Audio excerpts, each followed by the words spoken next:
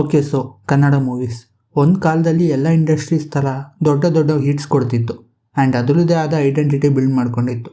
After a point remakes movies ಎಷ್ಟು ಜಾಸ್ತಿ ಆಗೋಯ್ತು ಅಂದರೆ ಆ್ಯಕ್ಚುಲಿ ಚೆನ್ನಾಗಿರೋ ಮೂವೀಸ್ ಕೂಡ ರೀಮೇಕ್ಸ್ ಮಧ್ಯದಲ್ಲಿ ಕುಸ್ತೋಯ್ತು ಆ್ಯಂಡ್ ಬೇರೆ ಇಂಡಸ್ಟ್ರೀಸ್ ಕಣ್ಣಲ್ಲಿ ನಮ್ಮ ಇಂಡಸ್ಟ್ರೀಸ್ ರೀಮೇಕ್ ವುಡ್ ಅಂತ ಹೆಸರು ಮಾಡ್ಕೊಳ್ತು. ಆ ಗ್ಯಾಪಲ್ಲೂ ಒಳ್ಳೆ ಮೂವೀಸ್ ಬರ್ತಿತ್ತು, ಆದರೆ ಜನ ನಮ್ಮ ಇಂಡಸ್ಟ್ರಿ ಮೇಲಿಂದ ನಂಬಿಕೆ ಕಳ್ಕೊಳ್ಳೋಕ್ಕೆ ಸ್ಟಾರ್ಟ್ ಮಾಡಿದ್ರು.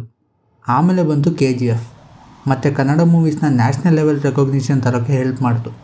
ಆ್ಯಂಡ್ ಅವಾಗಿಂದ ಕನ್ನಡ ಆಡಿಯನ್ಸ್ ಮತ್ತು non Kannada audience Kannada movies ಬಗ್ಗೆ ರೆಗ್ಯುಲರ್ ಅಪ್ಡೇಟ್ಸ್ ತಿಳ್ಕೊಳ್ಳೋಕ್ಕೆ ಸ್ಟಾರ್ಟ್ ಮಾಡಿದ್ರು. ಅದಾದಮೇಲೆ ಏನಿದ್ರು ಹೈ ಪಾಯಿಂಟೇ ಕನ್ನಡ ಮೂವೀಸ್ಗೆ ಮತ್ತೆ ಸೋಲೇ ಇಲ್ಲ ಅಂತ ಅಂದ್ಕೊಂಡಿದ್ವಿ. ಆದರೆ ಇವಾಗ ಕನ್ನಡ ಮೂವೀಸ್ ಯಾವ ರೇಂಜ್ಗೆ ಕಣ್ಮರೆಯಾಗಿದೆ ಅಂದರೆ ದೊಡ್ಡ ದೊಡ್ಡ ಸ್ಟಾರ್ಸ್ ಮಾಡಿರೋ ಮೂವಿ ಕೂಡ 100 crore ರೀಚ್ ಆಯ್ತಿಲ್ಲ ಆ್ಯಂಡ್ ಮೋಸ್ಟ್ ಆ್ಯಂಟಿಸಿಪೇಟೆಡ್ ಮೂವೀಸ್ ಕೂಡ 50 crore ಪಾರ್ ಮಾಡೋಕ್ಕೆ ಆಯ್ತಿಲ್ಲ. ಆ್ಯಂಡ್ ಅದು ಯಾಕೆ? ಮೂವಿ ಮೇಕರ್ಸ್ಗೆ ಮೂವಿ ಪ್ರಮೋಟ್ ಮಾಡೋಕ್ಕೆ ಇಷ್ಟ ಇಲ್ವಾ? ಆಡಿಯನ್ಸ್ಗೆ ಮೂವಿ ನೋಡೋಕ್ಕೆ ಇಷ್ಟ ಇಲ್ವಾ? ಥಿಯೇಟರ್ಸ್ ತೊಂದರೆನಾ? ನಿಮಗೆ ಕುಜದೋಷ ಇದೆಯಾ? ಸಾರಿ, ಫ್ಲೋಲ್ಲಿ ಏನೇನೋ ಹೇಳ್ತಿದ್ದೀನಿ. ಬಟ್ ನನ್ನ ಪಾಯಿಂಟ್ ಏನಂದರೆ, ಕನ್ನಡ ಮೂವೀಸ್ ಒಂದು ಪಾಯಿಂಟಲ್ಲಿ ಒಳ್ಳೆ ಕಂಟೆಂಟ್ ಇದ್ದರೆ ಸಾಕು, ಆಡಿಯನ್ಸ್ ಥಿಯೇಟರಲ್ಲಿ ತುಂಬ್ಕೊಳ್ತಿದ್ರು. ಆದರೆ ಇವಾಗ ಒಳ್ಳೆ ಕಂಟೆಂಟ್ ಇದೆ ಅಂದರೂ ಕೂಡ ಥಿಯೇಟರಲ್ಲಿ ಅರ್ಧ ಸೀಟ್ ಕೂಡ ತುಂಬ್ತಿಲ್ಲ. ಹೌಸ್ಫುಲ್ ಓಡಿದ್ರು ಕೆಲವು ಥಿಯೇಟರ್ಸಲ್ಲಿ ಆ್ಯಂಡ್ ಒಂದು ವಾರ ಮೇಲೆ ಯಾವುದು ಸೇಮ್ ಹೈಪ್ ಹೋಲ್ಡ್ ಮಾಡ್ತಿಲ್ಲ. ನಾನು ಅಂದ್ಕೊಂಡಿರೋ ಹಾಗೆ ಕೆಲವೊಂದು ರೀಸನ್ಸ್ ಇದೆ, ಅದನ್ನು ಒಂದೊಂದಾಗಿ ಹೇಳ್ತೀನಿ. ನಿಮಗೂ ಆ ರೀಸನ್ಸ್ ವ್ಯಾಲಿಡ್ ಅನಿಸಿದ್ರೆ ಕಮೆಂಟ್ಸಲ್ಲಿ ಥಮ್ಸ್ ಅಪ್ ಎಮೋಜಿ ಹಾಕಿ. ವ್ಯಾಲಿಡ್ ಇಲ್ಲ ಅನಿಸಿದ್ರೆ better luck next time. So first reason, producers. So Kannada movie ಪ್ರೊಡ್ಯೂಸರ್ಸ್ನ 2 ರೀತಿಯಲ್ಲಿ ಡಿವೈಡ್ ಮಾಡೋಣ. ಒಂದು ರೀತಿ ಪ್ರೊಡ್ಯೂಸರ್ಸ್ ಒಳ್ಳೆ ಕಂಟೆಂಟ್ನ ಸೆಲೆಕ್ಟ್ ಮಾಡ್ತಾರೆ, ಅದ್ರ ಮೇಲೆ ಇನ್ವೆಸ್ಟ್ ಮಾಡ್ತಾರೆ, ಆ ಒಳ್ಳೆ ಕಂಟೆಂಟ್ ಓರಿಯೆಂಟೆಡ್ ಸಿನಿಮಾ ರೆಡಿ ಆಗುತ್ತೆ. ಆದರೆ ಆ ಪ್ರೊಡ್ಯೂಸರ್ಗೆ ಒಳ್ಳೆ ಡಿಸ್ಟ್ರಿಬ್ಯೂಟರ್ ಸಿಗಲ್ಲ, ಆ ಮೂವಿನ ಅಂದ್ಕೊಂಡ ಹಾಗೆ ಮಾರ್ಕೆಟಿಂಗ್ ಮಾಡೋಕ್ಕಾಗಲ್ಲ, ಅಷ್ಟು ಜನ ಹತ್ತಿರ ತಲುಪಲ್ಲ, ಸ್ವಲ್ಪ ಥಿಯೇಟರ್ಸಲ್ಲಿ ರಿಲೀಸ್ ಆಗುತ್ತೆ. ಈಗಿನ ಜನ್ರೇಷನ್ಗೆ ಮೌತ್ ಟು ಮೌತ್ ಅಷ್ಟೇ ಗೊತ್ತಿರೋದು, ವರ್ಡ್ ಆಫ್ ಮೌತ್ ಗೊತ್ತಿಲ್ಲ.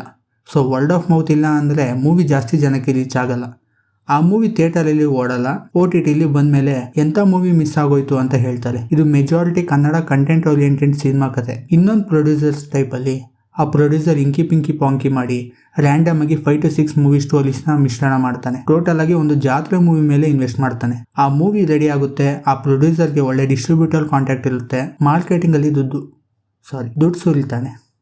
ಆ ಮೂವಿ ಜಾಸ್ತಿ ಥಿಯೇಟರಲ್ಲಿ ಬರುತ್ತೆ, ಜನ ನೋಡ್ತಾರೆ. ಇದರಲ್ಲಿ ವರ್ಡ್ ಆಫ್ ಮೌತ್ ಚಾನ್ಸೇ ಇಲ್ಲ, ಬಾಯಿ ಮುಚ್ತಾರಲ್ಲ. ಸೊ ಅವರಿಗೆ ಆಡಿಯನ್ಸ್ ಒಂದ್ಸತಿ ಮೂವಿ ಥಿಯೇಟರಲ್ಲಿ ನೋಡಿದ್ರೆ ಸಾಕು, ಅಮೌಂಟ್ ರಿಕವರ್ ಆಗುತ್ತೆ, ಮೂವಿ ಹಿಟ್ ಅಂತ ಹೇಳಿ ಖುಷಿ ಪಡ್ತಾರೆ. ಸೊ ನಮ್ಮ ಕನ್ನಡ ಮೂವೀಸ್ ಕತೆ ಏನಾಗಿದೆ ಅಂದರೆ, ಒಳ್ಳೆ ಮೂವೀಸ್ ಜನಕ್ಕೆ ತಲುಪ್ತಿರೋ ಮೂವೀಸ್ ಒಳ್ಳೆ ಮೂವಿನೇ ಅಲ್ಲ. ಅದಕ್ಕೆ ನೋಡಿ, ಮಾರ್ಟಿನ್ ಮತ್ತು ಕಬ್ಜಾ ಅಂತ ಮೂವಿ ಈಸಿಯಾಗಿ ರೀಚ್ ಆಯ್ತಿದೆ ಆ್ಯಂಡ್ ನಾರ್ತ್ ಆಡಿಯನ್ಸ್ ಆಗಲಿ ಬೇರೆ ಲ್ಯಾಂಗ್ವೇಜ್ ಆಡಿಯನ್ಸ್ ಆಗಲಿ ಆ ಮೂವಿ ನೋಡ್ತಾರೆ. ಕನ್ನಡ ಮೂವೀಸ್ ಇಷ್ಟೇ ಗುರು ಅಂದ್ಕೊಳ್ತಾರೆ. ಆದರೆ ಅದೇ ಆಡಿಯನ್ಸ್ ಹತ್ರ ಸಪ್ತಸಾಗರದಾಚೆಯಲ್ಲೋ ಅವನೇ ಶ್ರೀಮನ್ನಾರಾಯಣ ಅಂತ ಮೂವಿ ತಲುಪೋದೇ ಇಲ್ಲ. ಈ ಮೂವೀಸ್ ಎಕ್ಸಿಸ್ಟ್ ಇದೆ ಅಂತ ಔಟ್ಸೈಡ್ ಆಡಿಯನ್ಸ್ಗೆ ಗೊತ್ತೇ ಇಲ್ಲ. ಆಡಿಯನ್ಸ್ ಈ ಸಪ್ತಸಾಗರದಾಚೆಯಲ್ಲೋ ಮೂವಿಲಿ ಎಡಿಟ್ ಕೆಳಗೆ ಮೂವಿ ನೇಮ್ ಅಂತ ಕೇಳ್ತಾರೆ, ಆದರೆ ಮಾರ್ಟಿನ್ ಪೋಸ್ಟಲ್ಲಿ ಬ್ಲರ್ ಮಾಡಿದ್ರು ಹೇಳ್ಬಿಡ್ತಾರೆ ಇದು ಮಾರ್ಟಿನ್ ಅಂತ. ಸೊ ಆ ಸಿಚುವೇಶನ್ ಅಲ್ಲಿ ಇದೀವಿ. ಅಂಡ್ ಇದನ್ನೇ ಆಡ್ ಆನ್ ಮಾಡ್ತಾ ನೆಕ್ಸ್ಟ್ ರೀಸನ್ ಕೊಡ್ತೀನಿ, ಅದೇನಂದ್ರೆ marketing and release date. So marketing ನ ಲಾಸ್ಟ್ ಪಾಯಿಂಟ್ ಅಲ್ಲೇ ಇನ್ಕ್ಲೂಡ್ ಮಾಡಬೇಕಿತ್ತು, ಆದರೆ ಇಲ್ಲಿ ಯಾಕೆ ಹೇಳ್ತಿದ್ದೀನಿ ಅಂದರೆ ನಮ್ಮ Kannada industry one of the weakest marketing tactics use ಮಾಡ್ತಿದೆ. ನೀವೇ ನೋಡಿ, ಬೇಕಿದ್ದರೆ ಯಾವುದೇ ಮೂವಿ ಇರಲಿ, ಮೂವಿ ರಿಲೀಸ್ ಆಗೋ 1 month ಮುಂಚೆ ಪ್ರಮೋಷನ್ ಸ್ಟಾರ್ಟ್ ಮಾಡ್ತಾರೆ ಆ್ಯಂಡ್ ಆ ಪ್ರಮೋಷನಲ್ಲಿ ಒಂದು ಮೀಡಿಯಾ ಇಂಟರ್ವ್ಯೂ, ಒಂದು ಪ್ರೆಸ್ ಇಂಟರ್ವ್ಯೂ, ಒಂದಿಷ್ಟು ಯೂಟ್ಯೂಬ್ ಚಾನಲಲ್ಲಿ ಇಂಟರ್ವ್ಯೂಸ್ ಆ್ಯಂಡ್ ಎಲ್ಲ ಇಂಟರ್ವ್ಯೂಸಲ್ಲೂ same questions and almost copy paste answer and meme ಪೇಜಸ್ನ PR ಟೀಮ್ ಆಗಿ ಯೂಸ್ ಮಾಡೋದು. ಇಷ್ಟೇ, ಮ್ಯಾಕ್ಸಿಮಮ್ ಇಷ್ಟೇ ಮಾಡೋದು. ನಾನು ಸುಮ್ಮನೆ ಹೇಳ್ತಿಲ್ಲ, ಪ್ರೂಫ್ ನಿಮ್ಮ ಕಣ್ಮುಂದೆನೇ ಇದೆ, ಹುಡ್ಕೋದ್ರೆ. ಯಾರಿಗೂ ಮೂವಿ ಪ್ರಮೋಟ್ ಮಾಡೋಕೆ ಇಷ್ಟನೇ ಇಲ್ವಾ ಅಂತ ಅನ್ಸುತ್ತೆ. ಮೂವಿ ಪ್ರಮೋಷನ್ ಜಸ್ಟ್ 1 month ಮಾಡಿದ್ರೆ ಸಾಕು, ಮಿಕ್ಕಿದ್ದು ಟ್ರೇಲರ್ ನೋಡಿ ಬರ್ತಾರೆ ಬಿಡು ಅಂತ ಅನ್ಕೊಳ್ತಾರೆ. ಆದರೆ ಕನ್ನಡ ಇಂಡಸ್ಟ್ರಿ ಆ ಸ್ಟೇಜಲ್ಲಿ ಇಲ್ಲ, ಒಳ್ಳೆ ಟ್ರೇಲರ್ ಬಿಟ್ಟಿದ ತಕ್ಷಣ ಥಿಯೇಟರ್ ತುಂಬ್ಕೊಳ್ಳೋಕೆ.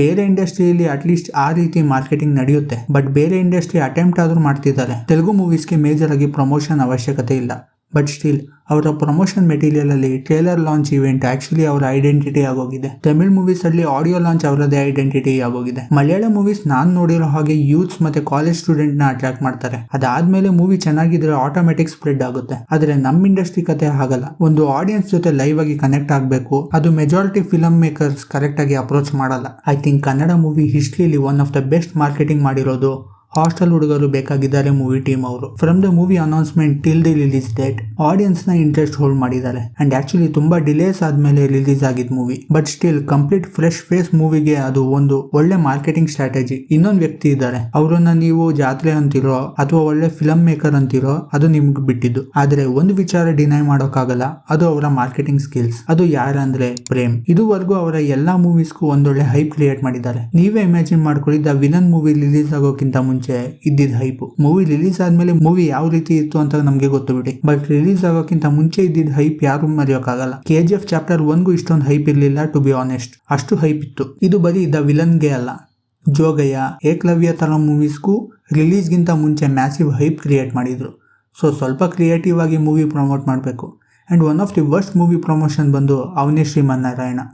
ಇಂಟರ್ನಲ್ ಫ್ಯಾಕ್ಟರ್ಸ್ ತುಂಬಾ ಇದೆ ಆ ಮೂವಿ ಪ್ರಮೋಷನ್ ಕಾಂಟ್ರವರ್ಸಿಗೆ, ಬಟ್ ಆಡಿಯನ್ಸ್ ಪರ್ಸ್ಪೆಕ್ಟಿವ್ ಇಂದ ನೋಡಿದ್ರೆ ತುಂಬಾ ಫಂಬಲ್ ಆದ್ರು ಅಂತ ಅನ್ಸುತ್ತೆ. ಸೊ ನಮ್ ಕನ್ನಡ ಇಂಡಸ್ಟ್ರಿ ಮಾರ್ಕೆಟಿಂಗ್ ಒಂದು ಸರಿ ಮಾಡ್ಕೊಂಡ್ರೆ ಅರ್ಧ ಪ್ರಾಬ್ಲಮ್ ಅಲ್ಲೇ ಸಾಲ್ವ್ ಆಗುತ್ತೆ. ಅಂಡ್ ಮಾರ್ಕೆಟಿಂಗ್ ಬರೀ ಮೂವಿ ರಿಲೀಸ್ ಆಗೋವಾಗ ಅಲ್ಲ, ಒಂದ್ಸರಿ ಮೂವಿ ಅನೌನ್ಸ್ಮೆಂಟ್ ಮಾಡಿದ್ಮೇಲೆ ಅಲ್ಲಿಂದ ಕಂಪ್ಲೀಟ್ ಮೂವಿ ರಿಲೀಸ್ ಆಗೋ ತನಕ ಸೇಮ್ ಹೈಪ್ ಮೈಂಟೈನ್ ಮಾಡಬೇಕು. ಅಂಡ್ ಇವಾಗ ನೋಡಿದ್ರೆ 45 ದ ಮೂವಿ ತುಂಬಾ ಒಳ್ಳೆ ಮಾರ್ಕೆಟಿಂಗ್ ಸ್ಟ್ರಾಟಜಿ ಯೂಸ್ ಮಾಡ್ತಿದೆ from the get go. So ಆ ತರ ಕ್ರಿಯೇಟಿವ್ ಆಗಿ ಮಾಡಬೇಕು. ಮತ್ತೆ ಇನ್ನೊಂದು ವಿಚಾರ ಏನಂದ್ರೆ, ಎಷ್ಟೊಂದು ಮೂವಿ ಸ್ಟಾರ್ಟಿಂಗ್ ಟೈಟಲ್ ಅನೌನ್ಸ್ಮೆಂಟ್ ಮಾಡುವಾಗ ಫುಲ್ ಹೈಪ್ ಕ್ರಿಯೇಟ್ ಮಾಡುತ್ತೆ, ಬಟ್ ಟೀಸರ್, ಟ್ರೇಲರ್, ಮೂವಿ ಬಂದ್ಮೇಲೆ ನಿಜವಾದ ಬಂಡವಾಳ ಬಯಲಾಗುತ್ತೆ. ಸೊ ಕನ್ನಡ ಆಡಿಯನ್ಸ್ಗೆ ಎಷ್ಟೊಂದು ಮೂವೀಸ್ ಹೀಗೆ ಮೋಸ ಮಾಡಿದೆ. ಸುಮ್ನೆ ಈ ಪಾಯಿಂಟ್ ಕೂಡ ಹೇಳೋಣ ಅನಿಸ್ತು, ಅದಕ್ಕೆ ಹೇಳ್ತಿದ್ದೀನಿ. ಅಂಡ್ ರಿಲೀಸ್ ಡೇಟ್ ಬಗ್ಗೆನೂ ಮೆನ್ಷನ್ ಮಾಡಿದ್ದೆ. ಪ್ರಾಬ್ಲಮ್ ಏನಂದ್ರೆ, ಎಷ್ಟೊಂದು ಮೂವೀಸ್ ಹೇಳಿದ ರಿಲೀಸ್ ಡೇಟ್ಗೆ ರಿಲೀಸ್ ಆಗೋಲ್ಲ. ಒಂದ್ ಸತಿ ಅನೌನ್ಸ್ಮೆಂಟ್ ಆದ್ಮೇಲೆ ಅದ್ರ ಬಗ್ಗೆ ಏನು ಇನ್ಫಾರ್ಮೇಶನ್ ಇರಲ್ಲ. ಹೇಳಿ ಟೈಮ್ಗೆ ರಿಲೀಸ್ ಮಾಡಿ, ಇಲ್ಲ ಅಂದ್ರೆ ರಿಲೀಸ್ ಡೇಟ್ ಹೇಳೋಕೆ ಹೋಗ್ಬೇಡಿ. ಸುಮ್ನೆ ಒಂದು ರಿಲೀಸ್ ಡೇಟ್ ಹೇಳಿ ಆಮೇಲೆ ಡಿಲೇ ಮಾಡ್ಕೊಂಡು ಹೋದ್ರೆ ಸುಮ್ನೆ ಆಡಿಯನ್ಸ್ ಇಂಟ್ರೆಸ್ಟ್ ನ ನೀವೇ ಹಾಳು ಮಾಡ್ತೀರಾ.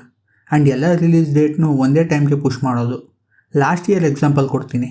2024 ಫಸ್ಟ್ 6 ಮಂತ್ಸ್ ಯಾವ್ದು ಮೇಜರ್ ಮೂವೀಸೇ ಇರಲಿಲ್ಲ, ಎಲ್ಲ ಡಿಲೇ ಆಯ್ತಾ ಬಂತು. ಅಂಡ್ ಸಡನ್ ಆಗಿ ಎಲ್ಲ ಮೇಜರ್ ಮೂವೀಸ್ ಒಂದೇ ಟೈಮ್ಗೆ ರಿಲೀಸ್ ಆಗೋಯ್ತು. ಭೀಮ ಮತ್ತೆ ಕೃಷ್ಣ ಪ್ರಣಯ ಸಖಿ ಸೇಮ್ ಡೇಟ್ ಅಲ್ಲಿ ರಿಲೀಸ್ ಆಯ್ತು. ಅಂಡ್ ಬೇರೆ ಲ್ಯಾಂಗ್ವೇಜ್ ಮೂವಿ ಜೊತೆ ಕಂಪೀಟ್ ಮಾಡ್ತಿತ್ತು. ಭೈರತಿ ರಣಗಲ್ ರಿಲೀಸ್ ಆಗಿ 2 ವೀಕ್ ಗ್ಯಾಪ್ ಅಲ್ಲಿ ಬಗೀರ ರಿಲೀಸ್ ಆಯ್ತು. UI release date year start ಇಂದ ಪುಷ್ ಮಾಡ್ಕೊಂಡು ಬಂದು ಡಿಸೆಂಬರ್ ಎಂಡ್ಗೆ ರಿಲೀಸ್ ಮಾಡಿದ್ರು. ಅದಾಗಿದ್ದು 4 ಡೇಸ್ ಗ್ಯಾಪ್ ಅಲ್ಲಿ ಮ್ಯಾಕ್ಸ್ ಮೂವಿ ರಿಲೀಸ್ ಆಯ್ತು. ಅಕ್ಟೋಬರ್ ಮಂತ್ ಕಂಪ್ಲೀಟ್ ಗ್ಯಾಪ್ ಇತ್ತು, ಅಲ್ಲಿ ಆರಾಮಾಗಿ ರಿಲೀಸ್ ಮಾಡಬಹುದಿತ್ತು. ಇವಾಗ ಮೂವಿ ನೋಡಕ್ಕೆ ಸ್ವಲ್ಪ ಜನ ದುಡ್ಡು ಉಳಿಸ್ಕೊಂಡು ಕಾಯ್ತಾರೆ. ಹೌದು, ನನ್ನ ಬಗ್ಗೆನೇ ಮಾತಾಡ್ತಿದ್ದೀನಿ. ಅವರು ತಿಂಗಳಿಗೆ ಒಂದು ದೊಡ್ಡ ಮೂವಿ ಬಂದ್ರೆ ಅದಕ್ಕೆ ಅಂತ ದುಡ್ಡಿಟ್ಟು ನೋಡ್ಬೋದು. ಒಂದಾದ್ಮೇಲೆ ಇನ್ನೊಂದು ಮೂವಿ ಬಂದ್ರೆ ಯಾವ್ದಕ್ಕೂ ದುಡ್ಡು ಇಡೋಕ್ಕಾಗಲ್ಲ. ಯಾವ್ದಕ್ಕಂತ ದುಡ್ಡು ಇಡೋಣ, ಇಲ್ಲಿ 2ರಲ್ಲಿ ಒಂದು ಮೂವಿ ನೋಡೋಣ ಅಂತ ಪ್ಲಾನ್ ಹಾಕಿ ಫೈನಲ್ ಆಗಿ 2 ಮೂವಿನೂ ನೋಡೋಕ್ಕಾಗಲ್ಲ. ಅಂಡ್ ಈ ಇಯರ್ ಲಾಸ್ಟ್ ವೀಕ್ ಬಗ್ಗೆ ಮಾತಾಡ್ತಿದ್ದೀನಿ. ಈ ಇನ್ಫಾರ್ಮೇಶನ್ ರೆಡಿಟ್ ನೋಡಿದ್ಮೇಲೆ ಗೊತ್ತಾಯ್ತು. 9 ಮೂವೀಸ್ ಒಟ್ಟಿಗೆ ರಿಲೀಸ್ ಆಗಿದೆ. ಅಂಡ್ ಎಲ್ಲ small to mid budget movies. ಎಲ್ಲ ಚೆನ್ನಾಗಿರೋ ಮೂವೀಸ್ ಅಂತ ಹೇಳ್ತಿಲ್ಲ, ಕೆಲವು ಹಾಗೆ ಬಂದು ಹೋಗೋ ಮೂವೀಸ್. ಇದರಲ್ಲಿ ಅಟ್ಲೀಸ್ಟ್ ಒಂದು ಚೆನ್ನಾಗಿದ್ರು ಅದು ಆಡಿಯನ್ಸ್ ಹತ್ರ ತಲುಪೋಕೆ ಕಷ್ಟಪಡಬೇಕು. ಸ್ಮಾಲ್ ಮೂವೀಸ್ಗೆ ಈ ಥರ ಪ್ರಾಬ್ಲಮ್ಮು. ಪ್ರತಿ ವಾರ ಒಂದು ಮೂವಿ, ಮ್ಯಾಕ್ಸಿಮಮ್ 2 ಇದು ಪರವಾಗಿಲ್ಲ. ಬಟ್ 1 ಮಂತ್ ತನಕ ಯಾವುದೋ ಮೂವಿ ರಿಲೀಸ್ ಇರಲ್ಲ, ಬಟ್ ಬಂದರೆ ಎಲ್ಲ ಒಟ್ಟಿಗೆ ಬರುತ್ತೆ. 2 ಮಂತ್ ಮೂವಿಗೆ 1 ವಾರ ಆದಮೇಲೆ ಸ್ಕ್ರೀನ್ ಸಿಗೋಕೆ ಸ್ಟಾರ್ಟ್ ಆಯಿತು. ಅದರಲ್ಲಿ ಈ ಮೂವೀಸ್ಗೆ ಸಿಗುತ್ತೆ ಅಂದ್ಕೊಂಡಿದ್ದೀರಾ? ಸೊ ಮೂವೀಸ್ಗಿಂತ ಜಾಸ್ತಿ ಔಟ್ಸೈಡ್ ಆಫ್ ಮೂವಿ ಏನೇನು ನಡೀತಿದೆಯೋ ಅದು ಮೆಸ್ಟಪ್ ಆಗಿದೆ. ಇದಕ್ಕೆ ಯಾವ ಮೂವೀಸ್ಗೂ ಥಿಯೇಟರಲ್ಲಿ ಕರೆಕ್ಟಾಗಿ ಸ್ಲಾಟ್ ಸಿಗ್ತಿಲ್ಲ. ಈವನ್ ದೊಡ್ಡ ಮೂವೀಸ್ 50 crore ಪಾರ್ ಮಾಡೋಕ್ಕಾಯ್ತಿಲ್ಲ. ಲಾಸ್ಟ್ ಇಯರ್ ಬಗೀಲ ಹೈಯೆಸ್ಟ್ ಹಿಟ್ ಆಗಿತ್ತು, 40 crore ರೀಚ್ ಆಗಿಲ್ಲ. ಅಟ್ಲೀಸ್ಟ್ ಇಯರ್ ಎಂಡ್ ಅಲ್ಲಿ ಮ್ಯಾಕ್ಸ್ ಮೂವಿ ಬಂತು, ಬಟ್ ಅದು 100 crore ರೀಚ್ ಆಗಲಿಲ್ಲ. ಕನ್ಸಿಡರ್ ಮಾಡಿ, ಲಾಸ್ಟ್ 100 ಕೋಟಿ ಕಲೆಕ್ಟ್ ಮಾಡಿದ ಮೂವಿ ಯಾವುದು? 2023 ರಿಲೀಸ್ ಆಗಿರೋ ಕಾಟೇರ ಮೂವಿ ಇರಬೇಕು. Correct me if I am wrong, but ಅದು ಲಾಸ್ಟ್ 100 crore ಕಲೆಕ್ಟ್ ಆಗಿರೋ ಮೂವಿ. ಅಂಡ್ ಕಿಚ್ಚ ಸುದೀಪ್ ಅವರ ಮೂವಿ ಬಗ್ಗೆ ಹೇಳಿದ್ಮೇಲೆ ಕಂಪ್ಯಾರಿಸನ್ ಅಲ್ಲಿ ದರ್ಶನ್ ಮೂವಿ ಬಗ್ಗೆ ಹೇಳ್ತಿದ್ದೀನಿ. ಅಂಡ್ ಇಬ್ರು ಫ್ಯಾನ್ಸ್ ಮಧ್ಯೆ ತಂದಿಡ್ತಿದ್ದೀನಿ ಅನ್ಕೊಂಡು ನನ್ನ ಕಮೆಂಟ್ ಸೆಕ್ಷನ್ ಅಲ್ಲಿ ಇಬ್ರು ಫ್ಯಾನ್ಸ್ ಜಗಳ ಮಾಡ್ಕೊಂಡು ನನ್ನ ಕಮೆಂಟ್ ಸೆಕ್ಷನ್ ಬೆಬ್ಬಿಸ್ಬೇಡಿ. ಮತ್ತೆ ನಾನೇ ಜಗಳ ಸ್ಟಾರ್ಟ್ ಮಾಡಿದ್ದು ಅಂತ ಹೇಳಿ ನನ್ನ ನೋಡ್ಕೊಂಡ್ ಬಂದು ಗುಂಬೇಡಿ. ನೀವು ಎದೆನ್ಕೊಂಡು ಆಮೇಲೆ ನೆಕ್ಸ್ಟ್ ಫ್ಯಾನ್ ವಾರ್ 1 ಸ್ಟಾರ್ಟ್ ಆಗಿ ಅದ್ರ ಟ್ರಿಗರ್ ಪಾಯಿಂಟ್ ನಾನು ಅಂತ ಗೊತ್ತಾದ್ಮೇಲೆ ನನ್ನ ಹುಡ್ಕೊಂಡು ಬಂದು ಸಾಯಿಸ್ಬೇಡಿ. ಏನ್ ಹೇಳೋಕ್ ಹೊರಟೆ ಅಂದ್ರೆ, next reason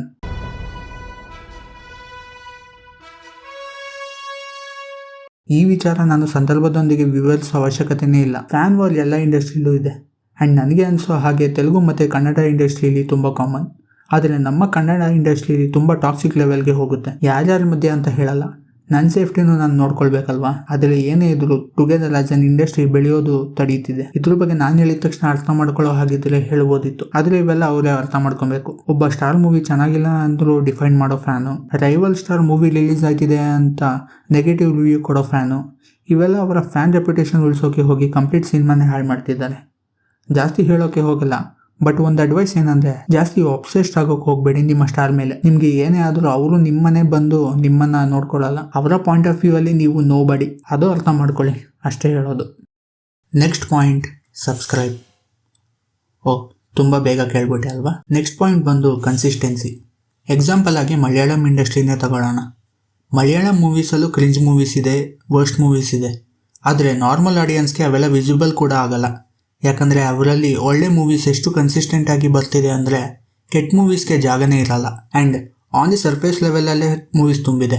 so new audience ಆ ಸರ್ಫೇಸ್ ಲೆವೆಲ್ ಮೂವೀಸ್ ನೋಡಿ ಅಪ್ರಿಷಿಯೇಟ್ ಮಾಡ್ತಾರೆ. ಬಟ್ ಡೀಪ್ ಡೌನ್ ಇರೋ ಬ್ಯಾಡ್ ಮೂವೀಸ್ನ ಎಕ್ಸ್ಪ್ಲೋರ್ ಕೂಡ ಮಾಡಲ್ಲ. On the other hand Kannada movies surface ಲೆವೆಲಲ್ಲಿ ಬ್ಯಾಡ್ ಮೂವೀಸ್ ಮತ್ತು ರೀಮೇಕ್ ಮೂವೀಸ್ ತುಂಬಿಕೊಂಡಿದೆ. ಅದನ್ನು ನೋಡಿ ಜನ ಜಡ್ಜ್ ಮಾಡ್ತಾರೆ. ಆದರೆ ಡೀಪ್ ಡೌನಲ್ಲಿ ಇರೋ ಗುಡ್ ಮೂವೀಸ್ ಯಾರೂ ನೋಡಲ್ಲ. ಸೊ ನಾವು ಕನ್ಸಿಸ್ಟೆಂಟ್ ಆಗಿ ಒಳ್ಳೆ ಮೂವೀಸ್ ಕೊಟ್ಟರೆ ನಮ್ಮ ಬ್ಯಾಡ್ ಮೂವೀಸು ಈಸಿಯಾಗಿ ಇಗ್ನೋರ್ ಮಾಡೋ ಹಾಗೆ ಮಾಡ್ಬೋದು.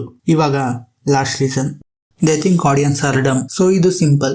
ಎಷ್ಟೊಂದು ಜನ ಒಂದು ಮೂವಿ ಸ್ವಲ್ಪ ಚೆನ್ನಾಗಿದ್ರು ಏನಂತಾರೆ, ಇದು ಕನ್ನಡ ಆಡಿಯನ್ಸ್ಗೆ ಇಷ್ಟ ಆಗುತ್ತೆ, ಕನ್ನಡ ಆಡಿಯನ್ಸ್ ಲೆವೆಲ್ಗೆ ಇದು ಸರಿ ಇದೆ, ಕನ್ನಡ ಆಡಿಯನ್ಸ್ಗೆ ಈ ರೀತಿ ಮೂವಿನೇ ಸರಿ, ಇವಳಿಗೆ ಈ ಥರ ಜಾತ್ರೆ ಮೂವೀಸೇ ಇಷ್ಟ ಆಗೋದು, ಇವೆಲ್ಲ ಹೇಳ್ತಾರೆ. ಬಟ್ ನಾವು ಕನ್ನಡ ಆಡಿಯನ್ಸ್ ತುಂಬಾ ಬೇರ್ ಮಿನಿಮಮ್ ಮೂವೀಸ್ಗೆ ಖುಷಿ ಪಡೋಕೆ ಸ್ಟಾರ್ಟ್ ಮಾಡಿದೀವಿ. ರಿಸ್ಕಿ ಪ್ರಾಜೆಕ್ಟ್ಸ್ ಬರ್ತಾನೆ ಇಲ್ಲ ಇವಾಗ. ಅಂಡ್ ಬಂದ್ರು ಕನ್ಸಿಸ್ಟೆನ್ಸಿ ಮೇಂಟೈನ್ ಮಾಡ್ತಿಲ್ಲ. ಕೇಳಿದ್ರು ಕನ್ನಡ ಆಡಿಯನ್ಸ್ಗೆ ಅವೆಲ್ಲ ಅರ್ಥ ಆಗಲ್ಲ ಅಂತಾರೆ. ಆದ್ರೆ 10 years ಬ್ಯಾಕ್ ನೋಡಿ, ಡಿಫ್ರೆಂಟ್ ಪ್ರಾಜೆಕ್ಟ್ಸ್ ಬರೋದು ಅಂಡ್ ಡೈರೆಕ್ಟರ್ಸ್ ಕೂಡ ರಿಸ್ಕಿ ಪ್ರಾಜೆಕ್ಟ್ಸ್ ಕನ್ನಡದಲ್ಲಿ ತರೋರು. ಯಾಕಂದ್ರೆ ಅವಳಿಗೆ ಗೊತ್ತು ಮೂವಿ ಚೆನ್ನಾಗಿದ್ರೆ ಜನ ನೋಡೋಕೆ ಬರ್ತಾರೆ ಅಂತ.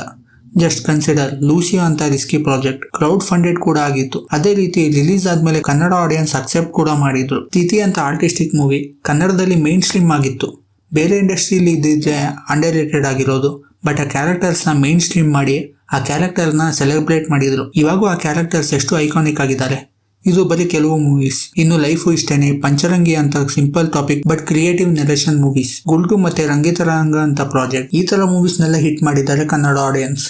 ಸೊ ಕನ್ನಡ ಆಡಿಯನ್ಸ್ ನ ಡಮ್ ಅನ್ಕೊಂಡು ರಿಸ್ಕ್ ಇಲ್ದಿರೋ ಸ್ಟೋರಿ ಇಲ್ದಿರೋ ಮೂವೀಸ್ ಮಾಡಿ ಕನ್ನಡ ಆಡಿಯನ್ಸ್ಗೆ ಇಂಥ ಮೂವೀಸೇ ಸರಿ ಅಂತಿರಲ್ಲ. ಇವಾಗ ಬ್ಲಿಂಕ್ ಆರೆಲ್ಸ್ ಮರ್ಫಿ ಅಂತ ಮೂವಿ ಯಾಕೆ ಓಡ್ತಿಲ್ಲ ಅಂದ್ರೆ ತಿಥಿ, ಲೂಸಿಯಾ, ಯೂಟರ್ನ್, ಪಂಚರಂಗಿ, ಗುಲ್ಟು ಅಂತ ಮೂವೀಸ್ ನೋಡಿ ಯಾರು ಕನ್ನಡ ಇಂಡಸ್ಟ್ರಿನ ಸಪೋರ್ಟ್ ಮಾಡ್ತಿದ್ದಾರಲ್ಲ ಅವರು ಇವಾಗ ಬರ್ತಿರೋ ಮೇನ್ ಸ್ಟ್ರೀಮ್ ಮಿಡ್ ಮೂವೀಸ್ ನೋಡಿ ಡಿಸಪಾಯಿಂಟ್ ಆಗಿ ಇಂಡಸ್ಟ್ರಿ ಮೂವೀಸ್ ಇಂದ ಡಿಟ್ಯಾಚ್ ಆಗ್ತಿದ್ದಾರೆ. ಅಂಡ್ ಅದಕ್ಕೆ ಬ್ಲಿಂಕ್, ಮರ್ಫಿ ಅಂತ ಮೂವೀಸ್ ಕೂಡ ಫೇಲ್ ಆಯ್ತಿದೆ. ಸೊ ಇಯರ್ಲಿ ರಿಲೀಸ್ ಪ್ಯಾಟರ್ನ್ ಅಲ್ಲಿ ಕಮರ್ಷಿಯಲ್ ಮೂವೀಸ್ ಇಷ್ಟು ಮಂತ್ಸ್ ಗ್ಯಾಪ್ ಅಲ್ಲಿ ರಿಲೀಸ್ ಆಗ್ಬೇಕು. ಅಂಡ್ ಆ ಗ್ಯಾಪ್ ಗಳನ್ನು ಫಿಲ್ ಮಾಡೋಕೆ ಇಂತ ಆರ್ಟಿಸ್ಟಿಕ್ ಮೂವೀಸ್ ರಿಲೀಸ್ ಆಗ್ಬೇಕು. ಅವಾಗೆ ಒಳ್ಳೆ ಬ್ಯಾಲೆನ್ಸ್ ಇರುತ್ತೆ. ಇಲ್ಲ ಅಂದ್ರೆ KGF, ಕಾಂತಾರ ಅಂತ ಮೂವೀಸ್ ಕೊಟ್ಟಿರೋ ನಮ್ಮ ಇಂಡಸ್ಟ್ರಿ ಬರೀ KGF, ಕಾಂತಾರ ಕೊಟ್ಟಿದೀವಿ ಅಂತ ಗುರ್ತಿಸ್ಕೊಳ್ಳುತ್ತೆ. ಇಷ್ಟು ಸ್ವಲ್ಪ ರೀಸನ್ಸ್ ಆಯ್ತು. ಇನ್ನೂ ರೀಸನ್ಸ್ ಇದೆ ಬಟ್ ವಿಡಿಯೋ ಲೆಂತ್ ನನ್ನ ರೆಗ್ಯುಲರ್ ವಿಡಿಯೋ ಲೆಂತ್ ಗಿಂತ ಜಾಸ್ತಿ ಆಗಿದೆ. ಆಮೇಲೆ ಆಡಿಯನ್ಸ್ ಇಲ್ಲಿ ತನಕ ನೋಡ್ತಿದಾರಾ ಅಂತ ಕೂಡ ಡೌಟ್ ಇದೆ. ಸೊ ವಿಡಿಯೋ ಇಲ್ಲಿಗೆ ಎಂಡ್ ಮಾಡ್ತೀನಿ. ನಾನೇನಾದ್ರೂ ಮಿಸ್ ಮಾಡಿದ್ದೀನಿ ಅನ್ಸೋದ್ರೆ ನೀವು ಕಮೆಂಟ್ ಅಲ್ಲಿ ಖಂಡಿತ ಮೆನ್ಷನ್ ಮಾಡಿ. ವಿಡಿಯೋ ಇಷ್ಟ ಆದ್ರೆ ಲೈಕ್ ಮಾಡಿ, ಇಷ್ಟ ಆಗಿಲ್ಲ ಅಂದ್ರೆ ಡಿಸ್ಲೈಕ್ ಮಾಡಿ. ಮುಂದಿನ ವಿಡಿಯೋದಲ್ಲಿ ಸಿಗೋಣ. ಟಾಟಾ.